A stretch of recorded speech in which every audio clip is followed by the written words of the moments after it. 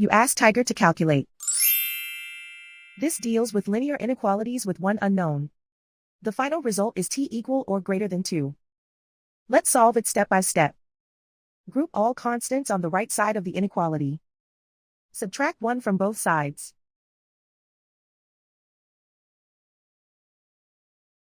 Simplify the arithmetic.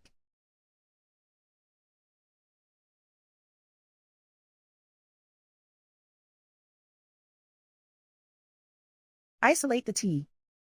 Divide both sides by 4.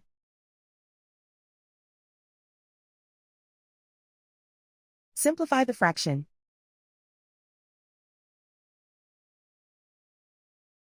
Find the greatest common factor of the numerator and denominator.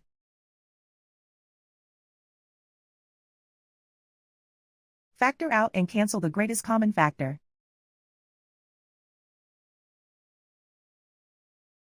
Plot the solution on a coordinate grid. And so the final result is t equal or greater than 2.